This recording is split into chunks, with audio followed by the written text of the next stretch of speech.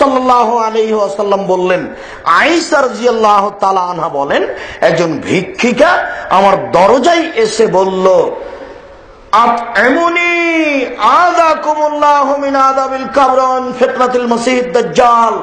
বাড়িতে কে আছো? আমাকে খেতে দাও, তোমাদেরকে আল্লাহ কবরের শাস্তি থেকে বাঁচাবে, দাজ্জাল থেকে বাঁচাবে। আয়েশা রাদিয়াল্লাহু তাআলা আনহা খেপে গেলেন। কবরের শাস্তি, একই কথা, আমি তো কোনোদিন শুনিনি। লাম আজাল আহাবে সোহা, তাকে আমি আটকে দিলাম, এই থামো। হাত্তা আতা রাসূলুল্লাহ সাল্লাল্লাহু আলাইহি ওয়াসাল্লাম, আল্লাহ রাসূল আসবেন, জিজ্ঞাসা করব তারপরে। শুনুন, উমর রাদিয়াল্লাহু তাআলা আনহু যদি আজকে বেঁচে থাকতেন তাহলে শতকরা 98 জন বক্তার আজীবন জেল হতো বাংলাদেশে। আর আপনাদের বুদ্ধি বিবেক থাকলে হুজুরদেরকে এইভাবে অগ্রিম 40,000 টাকা দিয়ে, বিদায়ের সময় 10,000 টাকা দিয়ে এইভাবে সম্মান করতেন না। আপনাদেরও বুদ্ধি নাই। শুনেন, একটা ভিক্ষিকের কথা শুনেন। এই চলাই রেডি হও, অলস হয়েছ কেন? একটা ভিক্ষিকের কথা শুনেন।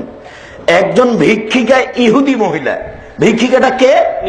ইহুদি মহিলা এসে বলছে, আমাকে খেতে দাও, তোমাকে কবরের শাস্তি থেকে বাঁচাবে। তখন আয়েশা কোনোদিন শোনেননি কবরের শাস্তি হয়। একবারে কবরের শাস্তি বানা, বলো কি তুমি? এক থামো। ওকে বন্দি করলেন, বেঁধে দিলেন, বেঁধে রেখে দিলেন। আল্লাহ রাসূল বাড়িতে আসলেন। আল্লাহ রাসূল বাড়িতে আসতেই বলছেন, মা কালাতিল ইহুদিয়ে, ইহুদি মহিলা কি বলে? তখন আল্লাহ রাসূল বলছেন, মা কালাত, ও কি বলছে? তখন আয়েশা রাদিয়াল্লাহু বলছেন, কালাত, ও বলছে যে আত'ইমুনি আযাকুমুল্লাহ মিন ফিতনাতিদ দুনিয়া মিন ফিতনাতিদ দাজ্জাল ওয়া মিন আযাবিল কবর। তোমরা আমাকে খেতে দাও, তোমাদেরকে আল্লাহ কবরের শাস্তি থেকে বাঁচাবে, এই কথা বলছে। কবরের শাস্তির কথা বলছে কেন?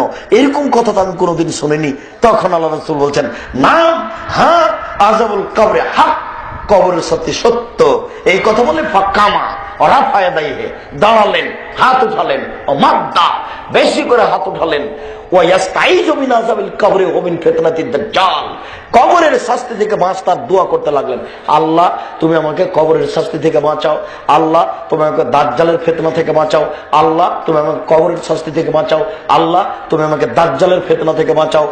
দীর্ঘ সময় ধরে তিনি কবরের শাস্তি থেকে বাঁচতে চাইলেন, হাত তুলে দোয়া করে।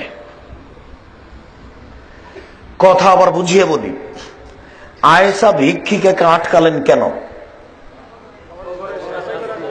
কবরের শাস্তি হয় কি না এটা আয়েশার জানা ছিল না।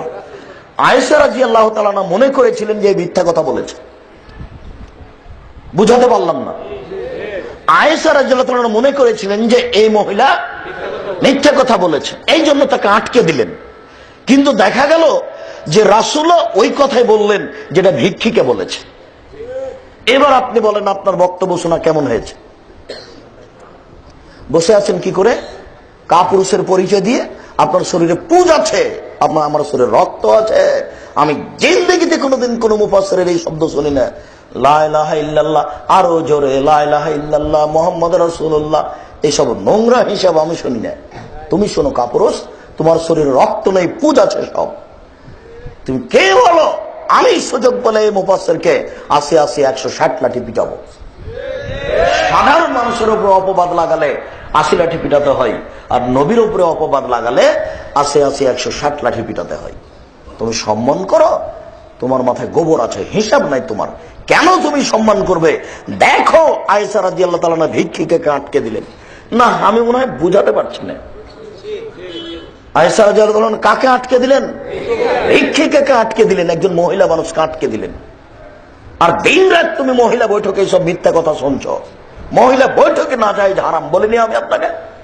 যে মহিলা বৈঠকে চলবে না, মহিলা আবার বক্তব্য দিয়ে বেড়াই, এই জেলা থেকে ওই জেলা, এই থানা থেকে ওই থানা, এগুলো হারাম। মিথ্যা কথা বন্ধ করুন ধর্মের নামে।